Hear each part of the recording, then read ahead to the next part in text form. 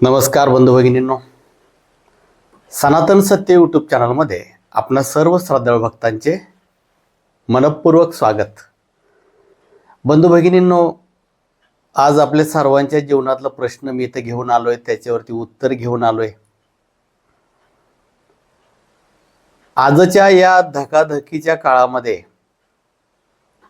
अनेक लोकांचं असं म्हणणं आहे की आम्हाला भक्ती करण्यासाठी वेळ मिळत नाही, किंवा अनेकांचं म्हणणं असं आहे की भक्तीमध्ये मन लागत नाही किंवा भक्तीवरचं मन उडलेलं आहे. अशा सर्व कंडिशनमध्ये आपण काय केलं पाहिजे याचं उत्तर मी आज घेऊन आलेलो आहे. सर्व लाडक्या दर्शकांना माझी नम्र विनंती आहे की व्हिडिओ शेवटपर्यंत पहा. बंधू भगिनींनो, आजचा काळ भयंकर धकाधकीचा झालेला आहे आणि आत्ताचं आपलं हे 2026चं वर्ष तर भयंकर त्रासाचं आहे. अनेक कठीण समस्या, पोटासाठी कुठेतरी नोकरी करावं लागते, धंदा रोजगार करावं लागतोय, पळावं लागतंय, अडीअडचणी आपल्याला मनुष्य आहे.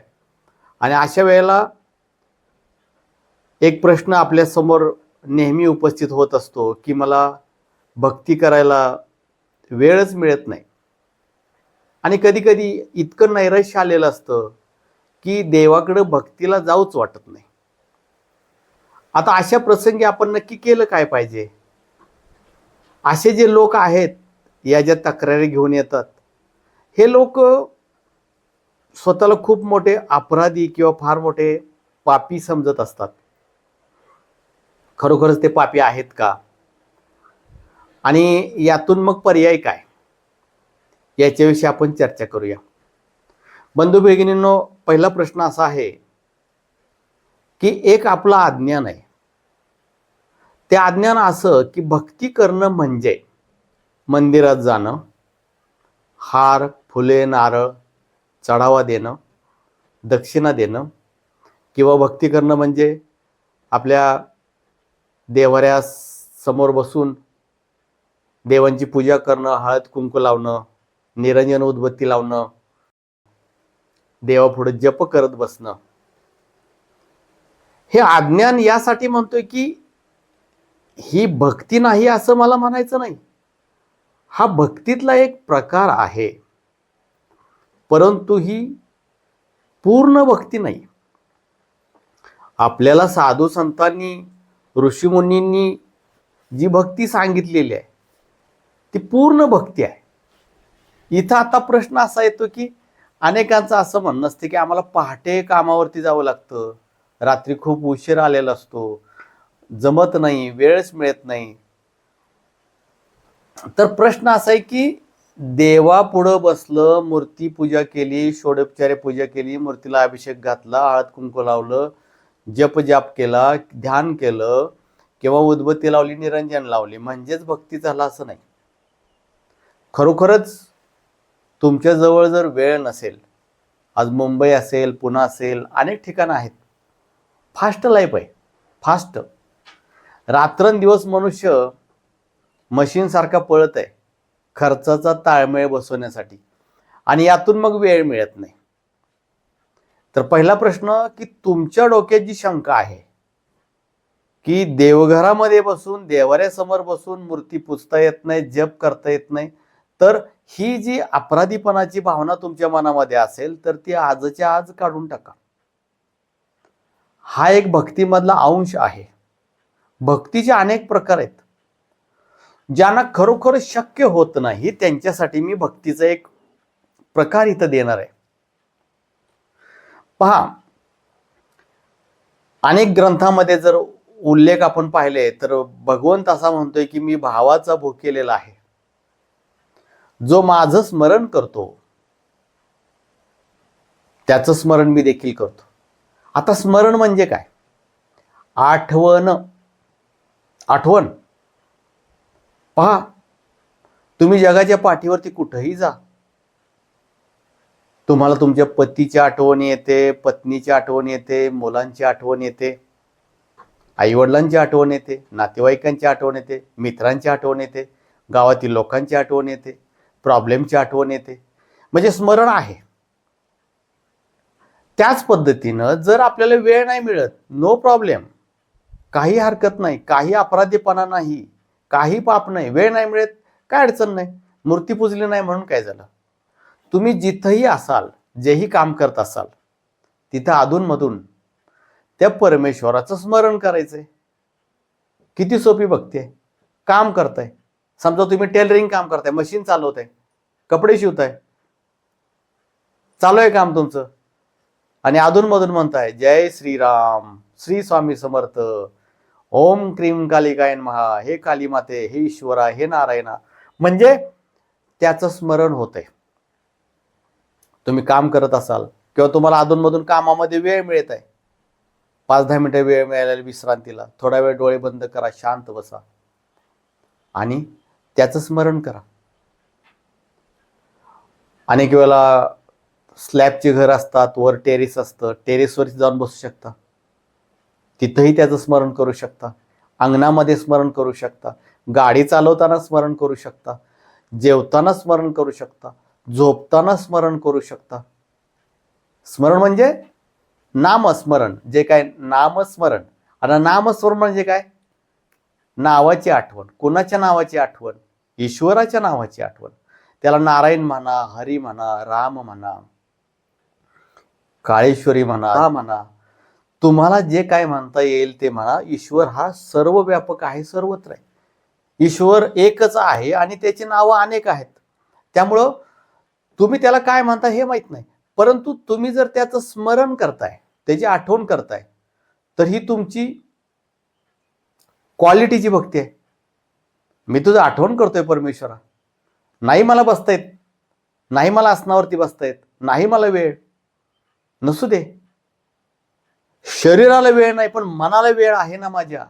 मी काम करत तुझं मुखी नाव घेत जाईन आणि मी तुला विसरलोच नाही, तर आठवण्याचा प्रश्नच कुठे येतो?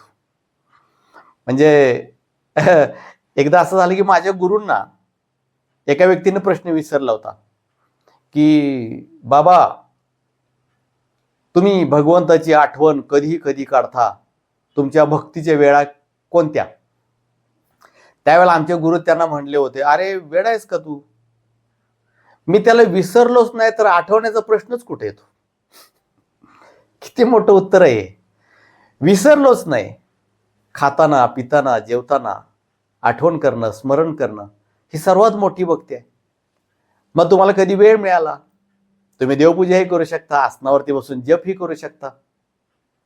नाही वेळ मिळाला, स्मरण करायचंय. आता अनेक लोक आहेत की जे म्हणतात की आम्हाला देवाची भक्ती करू वाटत नाही किंवा तिकडे जाऊ वाटत नाही.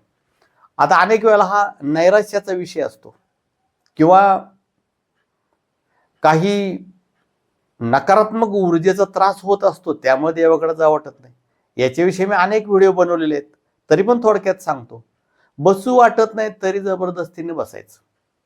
हळूहळू ते ईश्वराच्या व्हायब्रेशनमध्ये गेल्यानंतर तुमच्या पाठीमागचं नकारात्मक ऊर्जा निघून जाते आणि पुन्हा कालांतरानं भक्तीमध्ये मन रमायला चालू होतं. नैराश्य आलं असेल, अगदी तीव्र असेल, तर डॉक्टरांच्याकडेही जाऊ शकता. व्यायाम करणं, फिरायला जाणं. आपण शिबिरामध्ये तुम्हाला शिकवतो ना की मनाचं आणि शरीराचं आरोग्य कसं राखायचं. प्राणायाम करणं असेल, योगासनं असतील, मेडिटेशन असेल, असे हे उपाय करून तुम्ही नैराश्यातून बाहेर निघू शकता. आता प्रश्न असतो की आज मी तुम्हाला टोमणे मारणार नाही, अनेक वेळेला मारलेत. काम करायला वेळ आहे, झोपायला वेळ आहे, एन्जॉय करायला वेळ आहे, पैसे मोजायला वेळ आहे, सर्व गोष्टीसाठी वेळ आहे, परंतु भगवंताची भक्ती करण्यासाठी वेळ नाहीये. असे मी तुम्हाला टोमणे मारतो आणि टोमणे सुद्धा लाडानं मारतो, प्रेमानं मारतो की कुठंतरी त्या ईश्वराच्या चरणी तुम्ही लीन व्हावं. कारण एक गोष्ट आपल्याला कळली ना की परमेश्वराशिवाय मला कोणीही नाही, हे कळायला थोडा वेळ जातो. लाडकी बायको, लाडका नवरा, लाडका मुलगा, लाडकी मुलगी, लाडकी बहीण, लाडका भाचा, लाडका बाप, हे वाटत असतं ना, हे माझे माझे माझे. आणि वेळ येईल तेव्हा प्रत्येक जण तुम्हाला रंग दाखवतो. किंवा अगदी नाही रंग दाखवले, ठीक आहे, तुमचे नातेवाईक खूप चांगले आहेत, आमच्या नातेवाईकांसारखे नाहीत, तुमचे चांगले आहेत, मग तुम्ही मेल्यानंतर चितेवरती तुमच्यावर जळायला ते येणार आहेत का? नाहीत ना. तुम्हाला स्वतःलाच जळायला लागणार आहे, तुम्ही जाणार आहे. आणि ज्या वेळेला जाणार आहे त्यावेळेला एकटे जाणार आहात, एकटे येणार आहात. आपल्या बरोबर असतो फक्त परमेश्वर, जो कोणत्याही क्षणी कोणत्याही जन्मी आपली कधीही साथ सोडत नाही. त्याचं स्मरण करण्याची आपल्याला गरज पडत आहे. ही फार मोठी दुःखाची गोष्ट आहे. माझ्या गुरूंसारखं बोललं पाहिजे, मी त्याला विसरलोयच कधी, मग आठवायचा प्रश्नच कुठे येतो. तर अशा पद्धतीनं तुम्ही करू शकता. यानंतर ज्यांना असं वाटतं की देव पूजलाच नाही, आम्ही देवपूजा आपण करतो ना, पाण्यानं वगैरे मूर्त्या स्वच्छ करतो वगैरे, अभिषेक, मग खूप इच्छा होती आज देवाची पूजाच करायची होती, पण मला वेळ नाहीये. तर त्यामध्ये देखील आपल्या शास्त्रानं सर्वात श्रेष्ठ भक्ती सांगलेले मानस पूजा. मानस पूजा म्हणजे काय? शांत बसायचं आणि मनानंच आपण ते प्रत्यक्ष करतोय अशी कल्पना करायची. समजा तुम्हाला आज शिवलिंगाला अभिषेक करायचा होता, वेळच मिळाला नाही, डोळे बंद करा, कल्पना करा की ज्या शिवलिंगाला अभिषेक करायचे ते शिवलिंग तुमच्या समोर आहे. आणि मानस पूजेमध्ये एकही पदार्थ हलका वापरू नका, सगळे पदार्थ क्वालिटीचे घ्या, कारण तिथं कुठं पैसे द्यायला लागतात, त्याला कुठं मिळवून आणायचंय, मनानं तर निर्माण करतोय. मग गंगेचं पाणी घ्या, सोन्याच्या हांड्यातून घ्या, कपिला गाईचं दूध घ्या, सर्व चांगले पदार्थ वापरा. अभिषेक करताय तुम्ही, सर्व सुगंधी फुलं त्यावरती वाहताय, बेलपत्र वाहताय, ध्यानाला बसलाय, ओम नमः शिवाय जप करताय. ही मानस पूजा प्रत्यक्ष केलेली आहे का? नाहीये, मानस पूजा. तरी सुद्धा ही मानस पूजा त्याच्यापर्यंत पोहोचली. मानस पूजेचं पण पर्याय आहे. पण हे कोणासाठी सांगतोय मी? ज्यांच्या जवळ वेळ नाहीये, वेळ नाही की आम्हाला वेळ मिळत नाही, त्यांच्यासाठी. ज्यांच्यासाठी वेळ आहे त्यांनी हे करा, पण स्मरण तर सर्वांनी करायचंय, टेन्शन घ्यायचं नाही. तसेच अनेक लोकांचा मला कॉन्टॅक्ट होतं की ध्यानधारणा योग शिबिर आपण कधी घेणार आहात. तर ध्यानधारणा योग शिबिर लांबण्याचं कारण असे की यावर्षी जो इतका कडक उन्हाळा जाणवला मला, आणि आपलं जे आहे हे सर्व ठिकाण आहे ते सर्व पत्र्याचं आहे, अत्यंत उकड आहे तिथं, अत्यंत उकडतं, भट्टीत घातल्यासारखं. मग जास्त लोकांची संख्या झाली तर मग उष्णता निर्माण होते. त्यामुळं थोडं पावसाचं वातावरण निर्माण व्हायला लागल्यानंतर मी ध्यानधारणा योग शिबिराची तारीख डिक्लेअर करणार आहे. जय आदिशक्ती.